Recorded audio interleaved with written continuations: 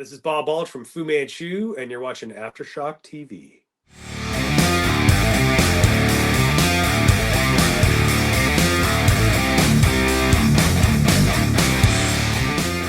Aftershocks TV. Matt and Tom, we're back with everybody here for another episode and segment this week, right here on the CMS Network. What is going on, Tom? Good to see you, man.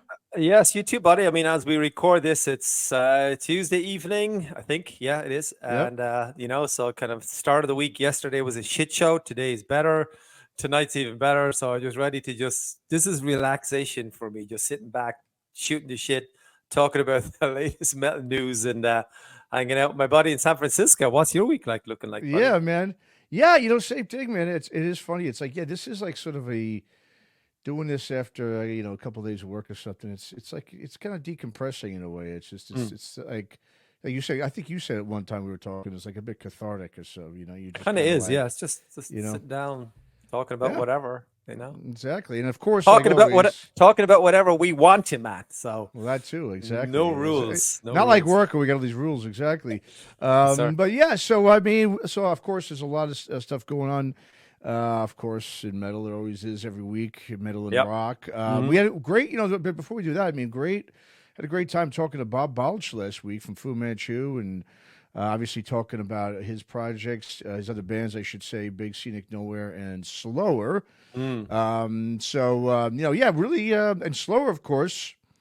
What an interesting concept that is. Taking Slayer songs and slowing them and dooming them up, and I know we've talked about it. We both enjoy that record. What I think is really interesting, though, I think you brought up. We were talking was about the length of the songs. Because you think to yourself, okay, someone's going to cover Slayer, a 5-minute song by Slayer. Well, if you slow it down to the doom metal, type of tempo, the slow tempo, that was like, those songs are like 8 to 10 minutes. The ones that Bob does. Yeah. Yeah. I think it's only like, if I can remember, there's like five tracks. And I think it goes from like 6 to 11 or something in there. So it's like an EP, but it's kind of not like an EP. So it's just good shit, man. And, Bob is a great guest and he was listening to us and he was engaged. So great interview. So big thanks to Bob for, taking time out of his busy schedule. Wow, what a busy man to talk to us two knuckleheads. So we were happy with that. Yeah. I mean, and it's just really cool. Like you said, he's one of those musicians that he's more of, when we were chatting with him, and everyone obviously can go check out that interview. But we were chatting, to me, he seemed like he's more of a music fan. I would agree. Than a musician, right? In terms of his personality and demeanor, he's got no ego. He's really down to earth. And it's interesting. A guy who's in an iconic band like Fu Manchu. It's Monster Magnet and Caius. Those three bands were basically responsible for the whole stone or heavy rock scene, and from the '90s. And so him being a part of that and just acting like he's one of the guys. I mean, it doesn't get better than that. As interviewers, guys who interview these musicians. There's nothing better to me than when we talk to guys like that. Yeah, and one of the questions I asked Bob is, and I think I'm going to ask this to every single musician we get on here, is that do you ever stop being a fan? Because you and I spoke about this, about some musicians, we won't mention names, obviously, they're clearly not fans. They're in the business, but they stop being fans because you can tell by what they say and what they allude to that they have no idea. Not saying we know everything, we certainly do not, but I can't imagine not being a fan of this music, whether it was my living or not. And you could tell, and I asked that question to Bob, and he just you can tell he's just a fan by, even like he mentioned about Alex Lifeson, playing on the last Foo album back in 2018. He was going, holy shit, Alex Lifeson. He was like a kid again. Like it's like meeting your rock star, your famous rock star hero for the first time. And that makes me happy when I see musicians stroke rock stars still fans of the music, and that's important. Yeah, I agree with you. And you're right, though. It's a great point about how it is true. A lot of musicians, once they get involved, once they get knee deep into the whole business, and they're around musicians left and right, and they're meeting different people, they're collaborating on different projects, yada, yada, yada. But you're right. A lot of them just start listening to new bands. One thing about Bob was like he was very on the up, of what's going on now. I mean, he's just, like you said, I mean, he's listening to jazz, I mean, everything. I mean, the guy just has such a huge plate of influences. And those are always, like I said, they're always fun guys to talk to because, like you said, they're still music fans, not just in the business. And they're like, well, I'm here now, so everyone else is over there. I'm not interested in that anymore. I just listen to, the old stuff I listened to or whatever. So, yeah. Anyway, great time talking to Bob. And speaking of Slower and Slayer, big news this week. It just came out, I believe, on Sunday night. Kerry King, the mighty Kerry King, obviously from Slayer, has unveiled first of all, he released his first track from his solo record, and he also unveiled the band's lineup. Very interesting lineup we got here. Let's start it off. Let me I got to bring up my screen here, obviously, because I want to get the picture of the band up here so we can just kind of go along as we talk here and look at this picture. So, yeah, there's Kerry, of course. So let's start. We've got lead singer Mark from Death Angel. Yep. On vocals, you got Phil Demmel, obviously, from Violence and Machine Head fame. You got Paul Bostuff. I think no surprise there. Obviously. No. We knew that one, yeah. Yeah, I think we all kind of figured that. And then Kyle Sanders, I don't know, he's probably the least known guy in the band. He's played with Hell Yeah, Blood Simple, which is a really good band in the 2000s. I remember that's when I first heard him. And he's obviously the brother of Troy Sanders from Mastodon. So, so I mean, just to talk a little. I guess we'll get into just talking a little about it. Have you checked out? You've heard the track, correct? Yep, I did. I mean, if you look back on some of the older, we went back about 2-3 weeks ago, and I said in one of the segments, Kerry King is starting to make a bit of noise. Something's going to happen, and of course, a single dropped at midnight, whatever it was, 2 nights ago. So, when I subscribed to Apple Music, I just punched it on, put on my headphones, and I said, "Oh, sounds like a Slayer song from the last album," right? So, and you can look at that 2 different ways, because first of all, you can say, well, he had all this time off since 4 or 5 years from Slayer. Do you think, is this all he could come up with, just like a rehash of Slayer? And that's one angle to look at it. I'm going to tell you where I sit in a minute. Or you can just say, well, this is what he does. He wrote the last Slayer album, so of course it's going to sound like this. And I'm in the latter camp because he said it sounds like Slayer. So if you don't like that, or you think it's lazy or whatever, and initially when I heard it, I went, oh, hang on a second, I like it, but it's just another Slayer song. But the more I got into the weeds on, I think it's a great track. And I think the ultimate aim for your musician is for somebody like me. Am I going to buy the single? Well, Apple Music, download the single. Am I going to download the album? I want to go to a tour or concert if he plays here in Charlotte? And the answer is yes to all 3. So I think it's a stellar lineup. He's doing what he does best. In one sense, he can't win, because if it didn't sound like Slayer, there would have been a problem saying he's trying too hard, or he's selling out, or he's listening to whomever, like record companies. He's just doing what he fucking does. This is Kerry King. Yeah. Just head down, banging it out. And I think it's a good track. And I'm looking forward to the album. I think it's out May 17th, if I'm not mistaken. And produced by Josh Wilbur. So I like the production, of course. Avenged Sevenfold, Core, Lamb of God. So good metal cred there. Well, maybe not Avenged Sevenfold, but the other 2 for sure. The other 2 for sure. So initially I was a little bit kind of, I like it, but 3 or 4 listens in and kind of reading the interviews, I said, okay, Kerry King's back. I'm happy. Yeah, like you said, I mean, what else was it going to be? I mean, I don't know what anyone else expected. I expected it to sound like the way it does, and I like the track. It's a good track. It's just like you said, sounds like a Slayer track. But then again, I mean, he's from Slayer. I mean, and I think most people, most fans want that, because that was, I think, the big question. One of the big question, at least I had, really was vocals. Obviously, who's going to be the vocalist? I mean, we know he was going to write the music. We figured he was going to sound like Slayer, but I was wondering, was he going to go younger, or was he going to go with his own, generation of thrash musicians, and that's what he's done with. I mean, he decided to put together, like you said, I guess you'd call this an all-star lineup. I mean, these are all guys who have been successful in bands for years, now. Like I said, I think the key the question, I should say, is because you put up a great point. No matter what he did, someone was gonna. People were not going to, question, like you said, sounds either too much like Slayer, or oh, you went young and now he's going with the Cookie Monster stuff and he's going with the young stuff. Yeah. And yeah. I mean, what you said, but I think he played it. I don't want to say safe, but like you said, this is just what he does. This is who he does. But I think what's interesting is how what's going to happen now from here. For one, obviously we only heard one song. I would like to hear some other tracks, obviously, before I can really judge it. If it sounds like what it does on here, I think it's, like I said, it's just good old traditional thrash metal that you would expect from him. I mean, Kerry King obviously is, known for his riffs. I mean, it's very interesting because going into this, I'm still curious about this. I mean, if you think about Slayer, when people think of Slayer, okay, I mean, obviously, yes, they think of all the guys that have been there for years, but obviously, the first thing is the voice, right? You're now replacing Tom Araya, and now you've got Mark in there.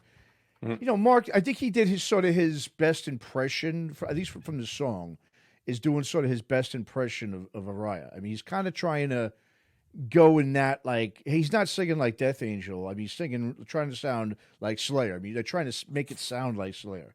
I mean, at least that's what I got from the track. Yeah. And I'm just wondering now going forward, is that whatever his song is going to sound like? Is it just going to be like, okay, he's going to try to go in there and just sing like Araya? And I don't think he could sound like Tom Araya. I mean, he's trying to do it. I'm going to throw this out there too, just to be completely honest. I like Death Angel, but I've never been the hugest fan of the vocals. I'm going to be honest with you. Okay. And it's just me. I mean, I know there's people like, dude, you're crazy. I love Mark. And it's like, yeah, I get it. But he's never been my favorite vocalist.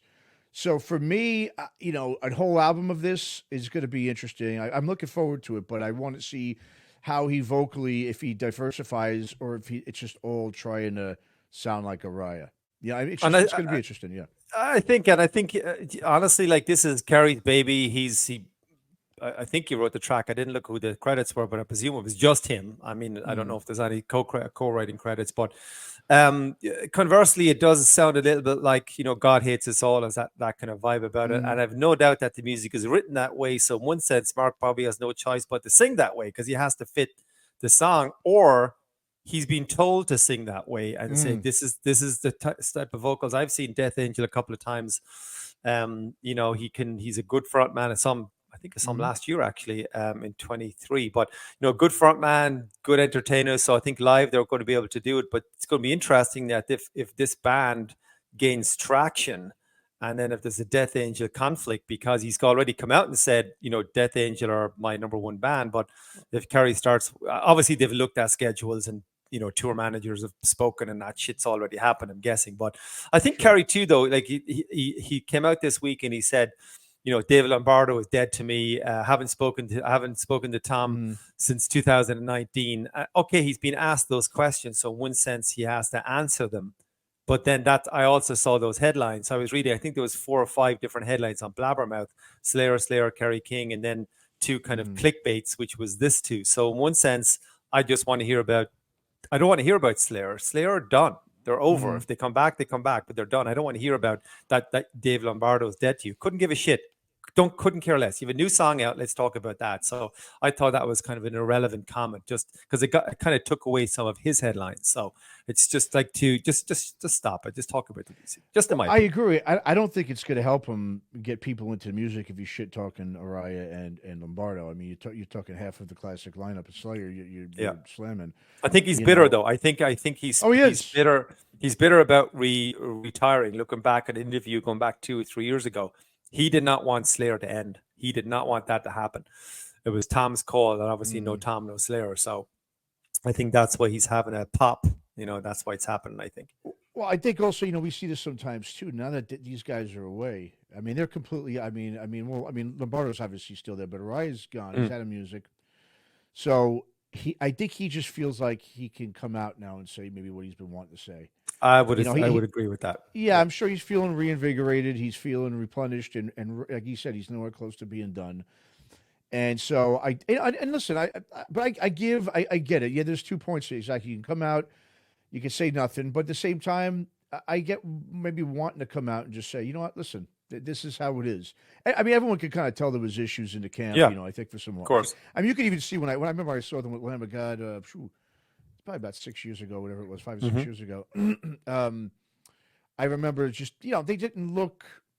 I mean, Tom looked very out of it. Like you knew it was the end of the road for him. Yeah, yeah. But they, just like you could tell. I mean, I'm sure you've seen this when you've gone to shows, when you've seen bands before, when you see them up there at times. I mean, sure, it could just be maybe one of those nights they just had a rough, travel to get to where they were going or so forth. So they're all kind of, tired and they're older and all that stuff. But they just looked very uninspired. The band itself, they were just going through the motions, and you could tell that things were, coming to an end. And I'm surprised they even really did an album after Adam had died, because he was obviously the primary songwriter, and so Kerry did his best job coming in, continuing that legacy. And that's what's interesting too, is just like I said, it's going to be.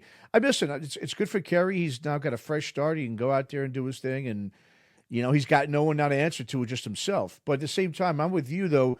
The Lombardo dead to me thing, maybe he could just be like, yeah, me and we don't talk anymore, me and Dave. I mean, that's it. Yeah. Leave it at that. I mean, but Lombardo's out of the band since, I don't know, 2000. Long time. 13, 12. I don't even know the date, but so why even bring that up? It's like it's beyond irrelevant. No, I agree. But yeah, so we'll see what happens with this. But it's out there, and obviously a lot of people are excited, and we'll see in May, like you said. That's when the record comes out. So yeah. So it's funny. I was, well, this is kind of funny. You would think about whether to retire or not, right? As we said, Ariah's retired, Kerry's still going, and there was this comment that was made recently by Dee Snider, speaking about something along those lines. And I think the quote, I'm going to quote it right here. It just says, "The ego and how it gets you there also won't allow you to stop." Sure. Now, I mean, I think there's definitely some truth to that. Absolutely. I think there's times when, some musicians maybe, or we see that with vocalists, obviously, when maybe it's time to not do much anymore, or maybe some of these bands are getting older and it's just not there anymore. Or maybe they just want to do something different. So whatever they're doing now, it just is not what people know them for. But, I don't know if I really 100% agree with that. I mean, because my thing is, look, is it ego, or is it just a love of music and playing? This is, something that a lot of these musicians, have been doing their whole lives. And so just to sit there and go, what, I'm done with that. Cool. I'm going to go home now and chill and read some books and, just mail it in, and I'll see everyone on the other side. Have a good one. I mean, I listen, when you're playing in front of people your whole life, and you've got that crowd and you feed off that energy, that's just something I think that you just can't stop wanting to do. I don't think that's something that just goes away because, okay, I'm not as good anymore. Okay, but still, if people are willing to come pay to see you, like as we've seen with a lot of these bad vocalists, or the vocalists who don't have their voices anymore, why not do it? So I don't know. I mean, what's your take on that comment? But if you take Dee Snider, or you take David Coverdale, Paul Stanley, we jump into a couple of bands in a minute, but like those guys, they didn't take up music in their 30s or their 40s or have a career change. They were bankers, and now they're this. They're doing this since they were pretty much 15 or 16 years of age, playing with their buddies as a garage band. Then they're playing pubs and clubs, and you often hear the Sunset Strip bands. And when they played the Whiskey, that was like Wembley Arena. We've made it. We're at the Whiskey. So, and then they obviously graduate to wherever. So a lot of these musicians and bands, they just don't know what else to be except being a rock star. And that's why a lot of them look stupid now, because they're wearing the makeup with the hair and the leather jacket, but they got this old wrinkly face. But then what are they supposed to do? Like put on a little cardigan or something because they're 60? Exactly. Like seriously, it's like so you're kind of caught in this vortex of being a rock star forever. And it used to be a young man's game. Hello. I don't think it is anymore. You can do it. Like you take a Sammy Hagar, you take like the Rolling Stones, or Roger Waters, or whatever. Even the Who are still out doing it. Roger Daltrey is still at it. And we touched on this a few weeks ago about Kiss when they stopped. He says with the Gene Simmons shirt on, but told you I was a fan. But like when Kiss stopped, which they should have stopped, 10, 15 years ago, but they just can't not. They have to be a rock star. I remember it was Phil Lynott's wife actually said that Phil was a rock star brushing his teeth. He was just a rock star all the time. He was always on and being the man. And I think a lot of these bands are the same. And we're going to have just a quick chit chat now about what bands have stopped and what bands maybe should stop. Like right now. Yeah. Well, I mean, but just to keep going, and that's a good point, because that's actually an excellent point you brought up about these guys. Yeah, they're mentally okay. They're rock stars, right? They said 24/7 in their youth. Okay. Yep. And like you said, they can't just shut that off. They don't. It reminds me of like Alice Cooper. I remember when Alice Cooper, seeing one of his documentaries. It was one of the behind the music, and one of those things with him. And then he was saying, back in the 70s, when the band was, starting to get some notoriety, and 18 was out and School's out and everything, and he was becoming pretty big. Because that was. That was a character, right? That's really what rock stars are kind of doing in a lot of ways. They're being almost a character, right? You're going out there and you're being I mean, if you're going to be that guy 24/7, okay, but that's what happens. A lot of them do become that. Like Alice Cooper said, he became, because he was on stage being Alice Cooper, that character started to overtake him in real life. So he was now being Alice Cooper not only on stage, but in his everyday life. And that's when he got really heavily into drinking and became a major alcoholic. And like you said, he couldn't shut it off. He just became Alice in real life. And so that's what happens sometimes. I think these guys, like you said, when you're waking up and you're going from show to show, from town to town, or whatever, and you got to be that guy, it's hard to just go home and shut it off, especially if you're not like a quote unquote actor. I know there's professional actors that can come in and go into different characters and stuff, which I always thought, I mean, I don't know, it's just me, but I think it's kind of mentally ill to be that way. Just my take on it. But, to be someone different all the time instead of being yourself. But it's not easy, especially if, like you said, if you're not just a trained actor who can go in and out of characters like that. And even if you see actors, like some of these great actors over the years, Robin Williams and Dana Carvey's, these guys, when you talk to them, they can't not be themselves. They just become all these little characters when they talk to you. So, or they're just boring as regular people, so they have to go into these characters. So it's just a really interesting thing. But yeah, I agree. It's when you're doing that for your whole life, you can't just shut that off. Especially when you get the adulation and you're getting the money. And why are you gonna? If someone's gonna sit there and say, "Well, hey, a promoter comes to you and offers you thousands of dollars to get up there and sing for an hour and a half," why the hell are you not going to do it? It makes no sense not to. Right? And they're surrounded by, they're getting their ass kissed from the minute they wake up until they go to bed. So I said, they can't leave that. Why they go? Like, what's a rock star going to do? Like someone from whatever band, are they just going to stop being a rock star and get a quote unquote regular job in the store or in the bank or in the factory? It's almost like and I think Dee is right in one sense. It's like you're trapping a rock star forever. Even if you want to stop and you do stop, if you get a regular job because you want to, then you're in the headlines going, "Oh, this guy's down on his luck. He's working in the local bank, or maybe he wants to work in the local bank, but because he's a rock star, you're always going to be one, whether you like it or not." And obviously, the trappings, the money and the yes man and everything else that goes with it. You probably grow out of all that shit when you get older, but you're still a rock star, whether you like it or not. Whether you're a big one or a local guy in a local scene, you're still that person. True. No, you're right. You're right. So like you said, we're going to talk about some people who did stop or probably should stop. Yeah. Who can you think of? I mean, I've got a few here that I was thinking about, but who can you think of? I think the easy one is Kiss. I mean, you say yes, stop. So Kiss stopped, 2nd of December. We spoke about that ad nauseum, so we don't need to go there, but they're done. I mean, Kix was another band that knocked it on the head a few months, last month, I think it was. Rush obviously stopped going back, and I think this is even before Neil Peart was diagnosed with his brain cancer. Sabbath, they stopped in 2017 because they did the final world tour. I'm throwing out some names. And Slayer, obviously, we just spoke about Kerry King. They just stopped, literally just stopped. And look, we could talk about this subject all along. So I just picked 5 or 6 bands that we can just kind of shoot the shit on. So I think that's not my top 5, but it's just a few bands that are randomly thinking about today. Yeah. Well, I always find what's interesting is the guys who stopped prematurely, in my opinion, that when they were still kind of on top. Or at least still had plenty in the tank. I mean, there's a couple that come to my mind. I mean, the first one that comes to me is Izzy Stradlin from Guns N' Roses. Sure. just got up and boom, gone. That's good. Yeah. That's a good one. You know, I mean, right. I mean, right when they were in the prime. I mean, right after, just in the prime. And obviously, another one, a guy we talked that we have a lot of respect for as a very, very excellent guitarist, Vito Bratta from White Lion. Another guy. Wow. Yeah. We spoke about that. We did.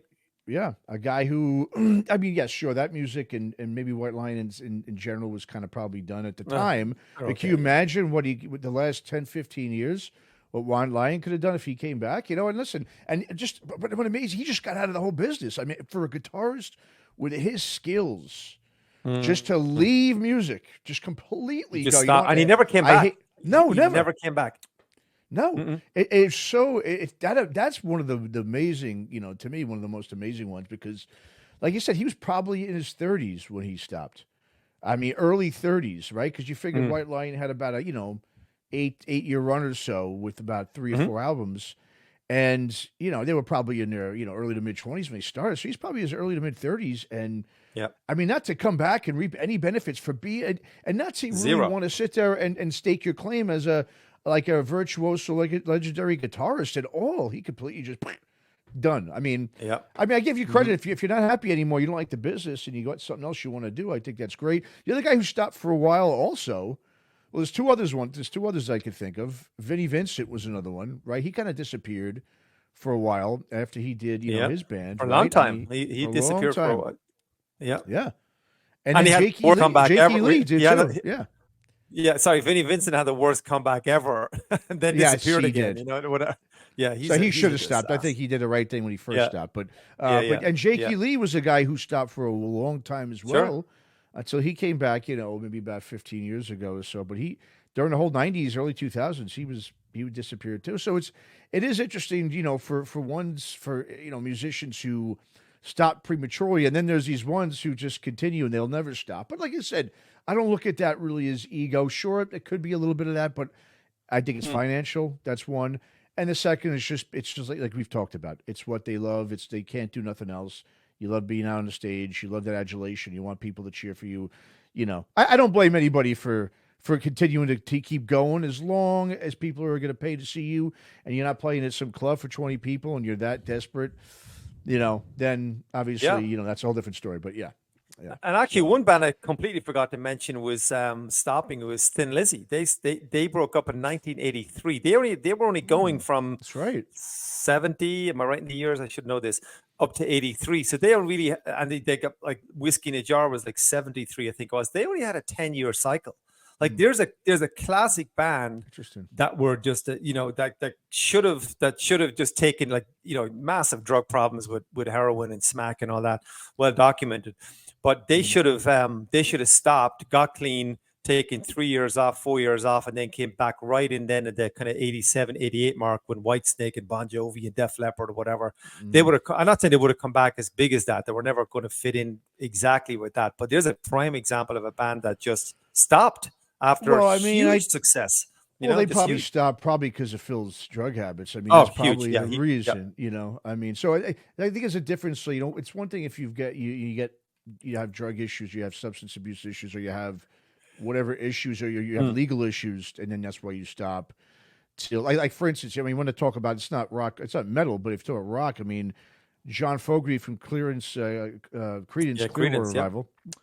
I mean, he had to stop because of that's one of the crazy stories in rock. People, if everyone wants to hear a crazy, he just this past year got the rights back to play those old Creedence songs.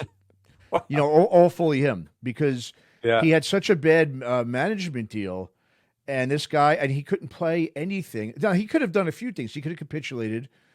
He held his ground for 10 years. In the prime, they were in their prime. They were a top, 5 single band. Yeah, huge band. Yeah. And from about 70, I think 3 or 4 to about 84, 85-ish around that time, when he put out Center Field, he didn't have anything out there, I believe. I mean, he couldn't do anything under the, he couldn't, anyway. So he took a huge break, being more giving the middle finger to the business, but he came back and he, obviously had a tremendous career even as a solo artist. But Yeah, it's just an interesting, it's interesting to What see. about the Beatles? There's probably literally the biggest band of all time just stopped in 1970. They just said we're done here. Well, that was I would say that's egos, right? Because yeah. you had just mega stars, all of them that could do it solo, and it's like, well, we don't need each other anymore. Especially with I think Lennon and McCartney obviously were the two, but the Beatles were one of those bands too. If you got rid of Lennon or McCartney, one of the voices, Lennon was the big one. He's the one that took off, so it's like, okay, you can't replace that, right? So, but you're right though. I mean, you're right. They weren't even around really that long, right? They also had like a 6-year period or something. It wasn't even that long they were together. Like early 60s, like 62, 60. I'm not a Beatles fan, so I'm not really sure. I'm not a huge but guy. 62, 63. So 7-8 year career, and boom. That's about it. Yeah, boom, done. Yeah, it's